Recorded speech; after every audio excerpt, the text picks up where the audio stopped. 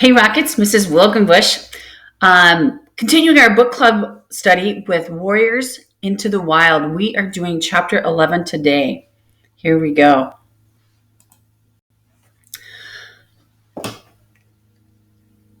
Firepaw returned with a chaffinch gripped firmly between his teeth. He dropped it in front of Tiger Claw, who stood waiting in the hollow. "You're the first one back," meowed the warrior. "Yep, but I've got loads of more prey to fetch," Firepaw mewed quickly. "I buried it back." "I know exactly what you did," Tiger Claw growled. "I've been watching you."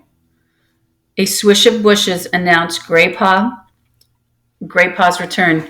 He was carrying a small squirrel in his mouth, which he dropped beside Firepaw's chaffinch. "Yuck," he spat. "Squirrels are too furry. I'll be picking hairs out of my teeth all evening." Tiger Claw paid no attention to Graypaw's grumbling. "Ravenpaw's late," he observed. "We'll give him a bit longer and then return to cat." "But what if he's been bitten by an adder?" Firepaw protested. "Then it's his own fault," Tiger Claw replied coldly. "There's no room for fools in Tiger Clan." They waited in silence. Graypaw and Firepaw exchanged glances, worried about Ravenpaw. Tiger Claw sat motionless, apparently lost in his own thoughts. Firepaw was the first to scent Ravenpaw's arrival. He jumped to his paws as the black cat leaped into the clearing, looking unusually pleased with himself. Dangling from his mouth was a long, diamond-patterned body of an adder. "Ravenpaw, are you okay?" Firepaw called. "Hey," meowed Graypaw, rushing forward to admire Ravenpaw's catch. "Did that bite you?" "I was too quick for it," Ravenpaw purred loudly. Then he caught Tiger Claw's eye and fell silent. Tiger Claw fixed all three excited apprentices with a cold stare. "Come on," he said shortly. "Let's collect the rest of your prey and get back to camp." Firepaw, Graypaw, and Ravenpaw entered the camp, strolling behind Tiger Claw. Their impressive day's catch hung from their mouths, although Ravenpaw kept tripping over his dead snake. As they emerged from the gorse into the camp, a group of young kids scrambled out of the nursery to watch them pass. "Look!" Firepaw heard one of them say. "Apprentices just back from hunting." He recognized the little tabby Yellowfang and hissed at the day before. Sitting next to him was a fluffy gray kit, no more than 2 moons old. A tiny black kit and a small tortoiseshell stood beside them. "Isn't that the kitty pet, Firepaw?" squeaked the gray kit. "Yeah, look at his orange fur," mewed the black one. "They say he's a good hunter," the tortoiseshell added. "He looks like a bit like Lionheart. Do you suppose he's as good as him?" "I can't wait to start my training," mewed the tabby. "I'm going to be the best warrior ThunderClan has ever seen." Firepaw lifted his chin, feeling proud at the kit's admiring comments. He followed his 2 friends into the center of the clearing. "An adder," Graypaw mewed again, as the apprentices dropped their catches for the other cats to share. "What should I do with it?" asked Ravenpaw, sniffing the snake's long body as it lay in the heap. "Can you eat adders?" asked Graypaw. "Trust you to think of your stomach," Firepaw joked, butting Graypaw with his head. "Well, I wouldn't want to eat it," murmured Ravenpaw. "I mean, my mouth tastes pretty foul after carrying it back." "Let's put it on the tree stump then," suggested Graypaw, "so that Dustpaw and Sandpaw can see it when they get back." They each carried a piece of their fresh kill and the adder back to the den. Graypaw carefully placed the adder on the stump, arranging the snake so that it could be seen clearly from all sides. Then they ate. When they had finished, they sat close together to groom one another and talk. "I wonder who Blue Star will choose to go to the gathering," Firepaw meowed. "It will be a full moon tomorrow." "Sandpaw and Dustpaw have been twice already," replied Graypaw. "Perhaps Blue Star will choose one of us this time," mewed Firepaw. "After all, we've been training for almost 3 moons now." "But Sandpaw and Dustpaw are still the eldest apprentices," Ravenpaw pointed out. Firepaw noted. "And this gathering will be an important one. It will be the first time the clans have met since Wind Clan disappeared. No cat knows what Shadow Clan is going to say about it." Tiger Claw's low meow interrupted them. "You are right, youngster." The warrior had strolled up to them unnoticed. "By the way, Firepaw," he added smoothly, "Blue Star wants to see you." Firepaw looked up startled. "Why would Blue Star want to see him?" "Now, if you can spare the time," Tiger Claw meowed. Firepaw jumped up immediately and bounded off across the clearing toward Blue Star's den. Blue Star was sitting outside, her tail flicking restlessly back and forth. When she saw Firepaw, she stood up and looked steadily down at him.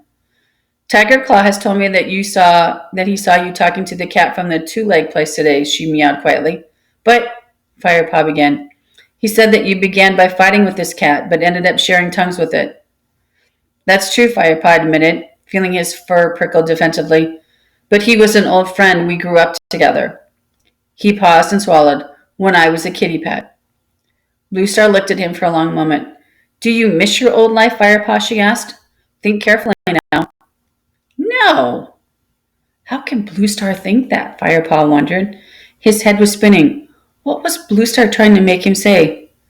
Do you wish to leave the clan? Of course not. Firepaw was shocked by her question. Blue Star didn't seem to hear the passion in his answer. She shook her head, looking suddenly old and tired. I won't judge you if you leave us, Firepaw. Perhaps I expected too much of you. Perhaps my judgment has been clouded by the clan's need for new warriors.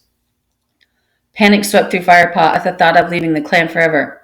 But my place is here. This is my home, he protested. I need more than that, Firepaw. I need to be able to trust in your loyalty to the Thunder Clan, especially now that it looks like Shadow Clan is planning an attack.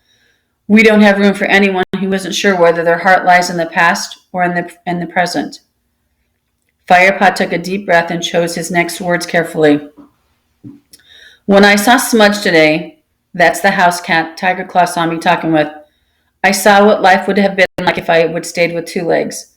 I felt happy that I had not stayed. I was proud I left. He held Blue Star's gaze without flinching. Meeting Smudge made me certain I made the right decision. I could never have been satisfied with the soft life of a kitty pet. Blue Star looked closely at him for a moment, her eyes narrow. Then she nodded. Very well, she said. I believe you. Firepaw dipped his head respectfully and let out a silent sigh of relief. I spoke to Yellowfang earlier, meowed Blue Star in a lighter tone. She thinks a lot of you. She's a wise old she-cat, and I suspect she's always bad-tempered. And indeed, I think I could grow to like her. Firepaw felt an unexpected glow of pleasure at these words. Maybe in caring for Yellowfang, his admiration for her had grown into affection, despite the she-cat's ill temper. Whatever the reason, she was glad Blue Star liked her. But there is something about her that I don't trust, Blue Star went on quietly. She will stay with the Thunder Clan for now, but remains a prisoner. The queens will care for her. You must concentrate on your training. Firepaw nodded and waited to be dismissed, but Blue Star hadn't finished. Firepaw, although you show bad judgment today in talking to a house cat, Tiger Claw was impressed by your hunting skills. In fact, he reported that you all did well. I am pleased with your progress. You will come to the gathering, all three of you. Firepaw could hardly stand still. His body tingled with excitement. The gathering. What about Sandpaw and Dustpaw, he mewed. They will remain behind and guard the camp, replied Blue Star. Now you may go. She flicked her long tail to show that he was dismissed and returned to her grooming. Graypaw and Ravenpaw looked stunned to see Firepaw bounding happily toward them. They had been waiting nervously for him beside the tree stump. Firepaw sat down and looked at his friends. Well, Graypaw demanded, what did she say? Tiger Claw told us you'd been sharing tongues with a kitty pet this morning, burst out Ravenpaw. Are you in trouble? No, although Blue Star wasn't pleased, Firepaw admitted ruefully. She thought I might want to leave the Thunder Clan. You don't, do you? Asked Ravenpaw. Of course he doesn't, mewed Graypaw. Firepaw gave his friend an affectionate swipe. Yeah, you'd hate that. You need me to catch mice for you. All you catch these days are those hairy old squirrels. Graypaw dodged out of the way of Firepaw's blow and reared up his back legs to retaliate. You'll never guess what else she said, Firepaw went on. He was too excited to waste time play fighting. Graypaw immediately dropped back on all fours. What? He asked. We're going to the gathering. Graypaw let out a yowl of delight and bounded up onto the tree stump. One of his back paws knocked the adder flying. It hit Ravenpaw on the head and wrapped itself around its neck. Ravenpaw spat with alarm and surprise and then turned on Graypaw. Watch it, he hissed crossly. He shook the adder onto the ground. Scared it might try to bite you? Firepaw teased. He crouched down, hissing, and sidled up to Ravenpaw. Ravenpaw twitched his whiskers and retorted, Some snake you'd make. He leaped under Firepaw and rolled him easily onto his back.